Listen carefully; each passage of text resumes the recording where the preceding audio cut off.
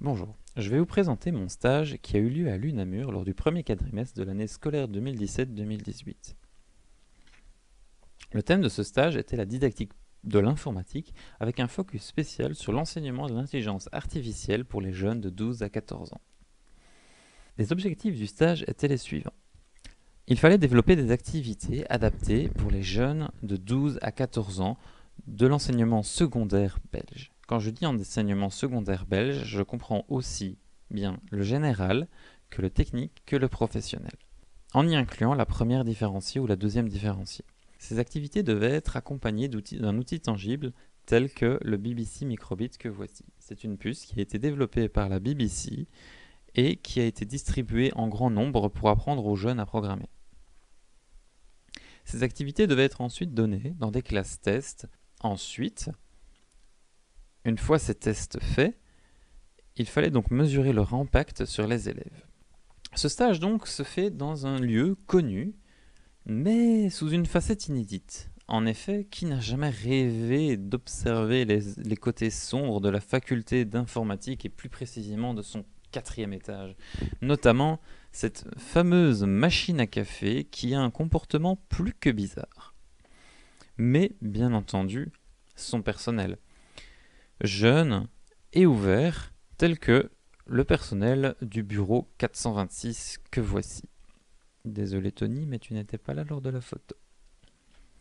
Et bien sûr, un autre intérêt, et non des moindres pour ce stage, était du fait d'être déjà au bercail pour pouvoir commencer au plus tôt le mémoire.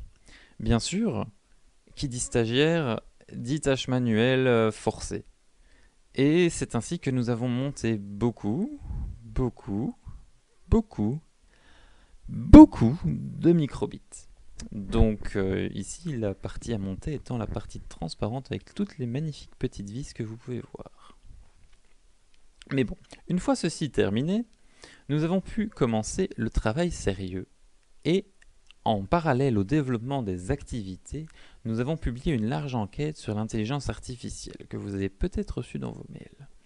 L'idée était donc de se faire une idée de la connaissance du grand public sur l'IA. Nous avons donc publié cette enquête dans un premier temps dans un public principalement universitaire et nous avons fait une analyse quantitative sur les données reçues. Grâce à ces données, nous avons pu préciser notre objectif vis-à-vis des activités. L'idée était donc de donner une image correcte de l'intelligence artificielle aux élèves de secondaire et surtout de supprimer les fausses idées. Nous avons donc adapté le design des activités, revérifié leur pertinence et fini de prendre en main le matériel. Une fois tout cela fait, nous avons pu mettre en œuvre ces activités dans des classes tests. Tout au long des tests, nous avons pu avoir une amélioration itérative de notre enseignement. Non seulement de notre enseignement, mais au final, cela n'est pas très important parce que ces activités sont vouées à être données par les professeurs et non pas par des informaticiens, mais sur les activités en elles-mêmes. Une fois ces activités passées, nous avons pu faire des mesures sur ces dernières. Avant chaque activité, nous passions des pré-tests et à la fin de ces dernières, des post-tests, les deux étant équivalents. Ils nous permettaient d'observer l'efficacité ou non de nos activités sur les élèves. Pour ces activités, nous avions deux outils mis à disposition, principalement. J'en ai déjà parlé, je vais ici les aborder en plus de précision. Le microbit, ici présent, donc qui est une petite puce, un tout petit ordinateur qui est codable via une application web et grâce à des blocs de programmation à la manière de Scratch. Aussi, le Timio qui se code à la même manière sur une interface web. Ce dernier fut accueilli avec joie par le bureau 426, celui-ci faisant beaucoup de lumière, de blips et de blops.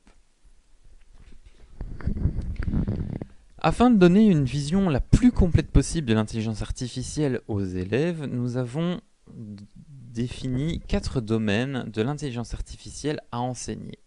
Et ces 4 domaines, nous en avons fait pour chacun une activité. Le premier était la synthèse d'émotions. Ensuite, le système expert, le machine learning et la robotique. Pour l'activité sur la synthèse d'émotions, donc qui faisait suite à toute une initiation sur la programmation et le code informatique, Le but était ici d'apporter l'importance du côté plus psychologique que peut parfois avoir l'informatique et que surtout l'informatique ce n'est pas toujours que des maths. Cette activité utilisait le support microbit. L'activité sur la synthèse d'émotions était aussi celle qui a été le plus testée et le plus citée vis-à-vis de son caractère original par rapport à ce qui se faisait dans le milieu. Aussi, une activité sur les systèmes experts a été développée. L'idée de cette activité est de construire un système expert très simple à travers un jeu de plus petit ou plus grand. Au final, l'élève doit coder une intelligence artificielle de jeu sur un jeu ici très simple et dont ils connaissent les règles. Cette activité était aussi codée sur le microbit. Il y avait aussi une activité donc sur le machine learning, comme déjà dit, et cette dernière était un peu plus spéciale, celle-ci n'utilisant ni de Timio ni de microbit. En effet, cette activité visait à ce qu'un élève apprenne à un ordinateur à reconnaître différentes images. L'application web utilisée était ici Teachable Machine, qui est facilement trouvable sur Google, potentiellement vous intéresser si vous êtes intéressé par le sujet. Très instructive et facile à utiliser.